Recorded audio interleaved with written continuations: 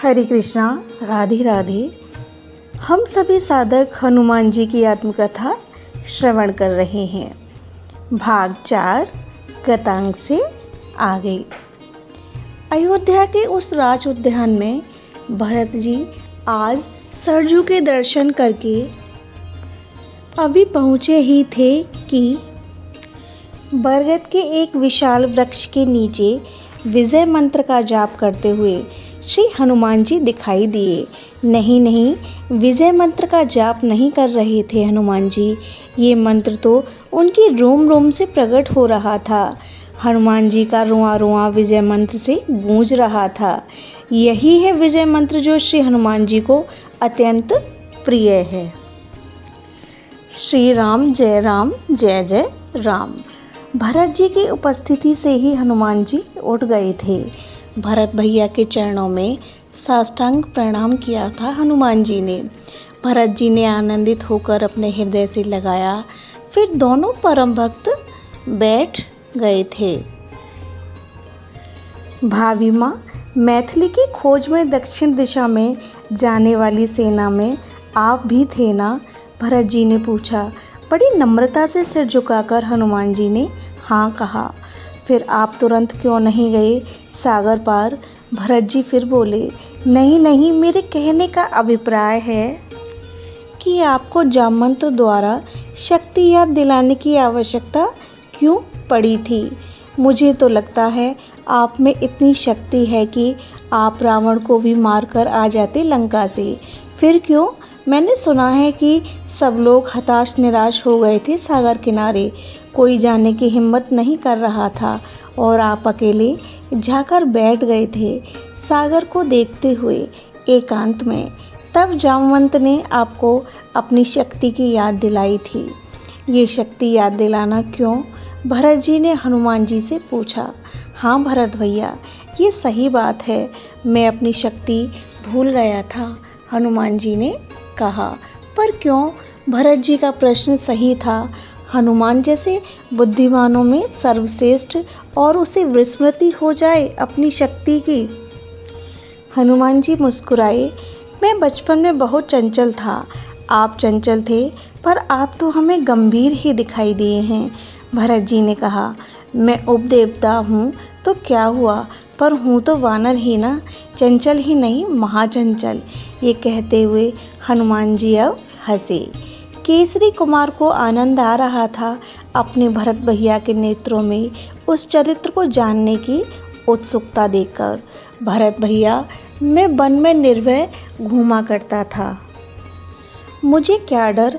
हाँ, डरते थे मुझसे जंगल के हिंसक पशु। मैं कहीं भी देख लेता कोई हिंसक पशु छोटे पशु को मार रहा है तो फिर मैं उसकी अच्छे से खबर लेता था। इसलिए जंगल में हिंसक पशु मुझसे डरते थे। मुझे खरगोश और हिरण बहुत प्यारे लगते थे। मैं हाथियों से बहुत आनंद लेता था। उनके पीछे के दोनों पैरों को उठा देता था। वो चिंगारते थे। मुझे उनकी चिंगार से हंसी आ जाती थी। पर भरत भैया, मैं किसी को कष्ट नहीं देता था। बस ऐसे ही विरोध करना, हास्य करना मुझे अच्छा लगता। बालक ही तो था ना भरत भैया उस समय में। एक पर्वत से दूसरे पर्वत की चोटी पर छलांग लगाना, ये भी मेरा प्रिय खेल था। पर पर्वत की चोटी भरभरा के टूट जाती थी। तब मुझे विधाता ब्रह्मा को कोसने का बड़ा मन करता कि ये ब्रह्मा मजबूत पर्वत क्यों नहीं बनाते, मेरे चढ़ते ही टूट जाते हैं। हाँ भरत भैया, मुझे ऋषियों के आश्रम बहुत अच्छे लगते थे, अब भी लगते हैं। उनके आश्रमों में वास करना, और जब वह ऋषि ध्यान में लीन हो जाते तब मैं जाकर उनकी गोद में बैठ जाता था। भरत भैया, बालक ही तो था ना, समझ कहाँ थी इतनी कि ऋषियों की गोद में नहीं बैठना चाहिए, वह भी ध्यान के समय। ये सुनते हुए हनुमान जी के मुख कमंडल में भरत जी ने जब देखा तब बाल सुलभता स्पष्ट दिखाई दे रही थी। अब बानर ही तो था मैं, और वह भी बच्चा बानर। बानर बड़ा भी हो जाए तो चंचलता नहीं जाती। मैं तो बालक ही था। नहीं भरत भैया, किसी को अहित या किसी को कष्ट देने के लिए ये सब मैं नहीं करता था। मुझे ऋषियों के आश्रम प्रिय लगते थे, मुझे ऋषि लोग प्रिय लगते थे, उनकी दिनचर्या प्रिय लगती थी, उनके वसन, उनके मृगचर्म, उनकी यज्ञशाला। जब वो स्नान इत्यादि के लिए नदी या जलाशय में जाते थे तब मैं उनके वल्कल को पहनता था, पर पहनते समय फट जाते थे उनके वस्त्र। मैं क्या करूं? मैं उनके कमंडलू उठाता था और उनका अनुकरण करते हुए चलता था तो मेरे हाथ से उनके कमंडलू टूट जाते थे। उनके मृग चर्म लेकर उनके ऊपर डालता था, फिर उनसे खेलता था। तब खेलते खेलते मृग चर्म भी फट जाते थे। बालक था ना उस समय में, बालक में बुद्धि कहाँ होती है। ये बात बड़ी मासूमियत से कही थी अंजनी कुमार ने। तब भरत जी खूब हंसे थे, खूब। अब भरत भैया आप ही बताओ, मनुष्य का बालक भी मलमूत्र का वेग आने पर जहाँ तहाँ त्याग देता है, फिर मैं तो बानर था, मुझे उस समय क्या समझ थी कहाँ मलमूत्र का विसर्जन करना है, कहाँ नहीं। ये कहकर हनुमान जी हंसे। भरत जी बोले, आप अब समझते हैं। अब भरत भैया, मैं जब देखता था कि ऋषि मुनि ही यज्ञ करते थे तब मेरे मन में भी आता कि मैं भी यज्ञ करूं। मुझे शौक था ये सब करने का। मैं मन ही मन में सोचता था कि केवल जटाजूट वाले ऋषि मुनि ही यज्ञ कर सकते हैं क्या, मैं क्यों नहीं। फिर नज़र बचाकर जब यज्ञ में आहुति देने के लिए बैठता, उनके पात्र उठाकर उन्हीं की तरह मंत्र पढ़ने का अभिनय करता, तब वह ऋषि मेरे पास दौड़े दौड़े आते। तब मैं भाग जाता। अब जल्दी जल्दी में भागते हुए कभी ऋषि का कमंडलू टूट जाता, कभी कुछ फूट जाता, पर मेरे प्रति ऋषि का बड़ा स्नेह रहा। वह मेरे प्रति स्नेह ही रखते थे, पर मेरी चंचलता से उनका नुकसान तो हो ही रहा था ना। मुस्कुराते हुए भरत जी सुन रहे थे पवन सुत की आत्मकथा। अपने लाल को समझाओ। कभी कभी आ जाते ऋषि मुनि मेरे पिता और माँ को उलाहना देने के लिए। हमारे कमंडलू तोड़ दिए हैं इसने, हमारे पहनने वाले वल्कल, हमारे मृग चर्म सब फाड़ दिए हैं। मेरी माँ अंजनी मेरी ओर देखती, पर मुझे मना भी नहीं कर सकती थी। उसे लगता था मैंने मना किया तो ऋषियों के आश्रमों में नहीं जाएगा, फिर कहीं और जाएगा तो बिगड़ जाएगा मेरा ये लाडला, इसलिए मात्र ऋषियों को हाथ जोड़ लेती थी और नेत्रों में आंसुओं को भरकर कहती, क्षमा कर दो, बालक है ये, इसे आप क्षमा कर दें। पर एक दिन एक ऋषि बड़े तपस्वी थे, सदैव भजन पूजा पाठ यज्ञ इत्यादि के सिवा और कुछ ये जानते ही नहीं थे। गंभीर थे और समस्त ऋषि मुनि उनका बहुत आदर करते थे। एक दिन मैं गया उनकी कुटिया में। ये ऋषि स्नान के लिए बाहर गए थे।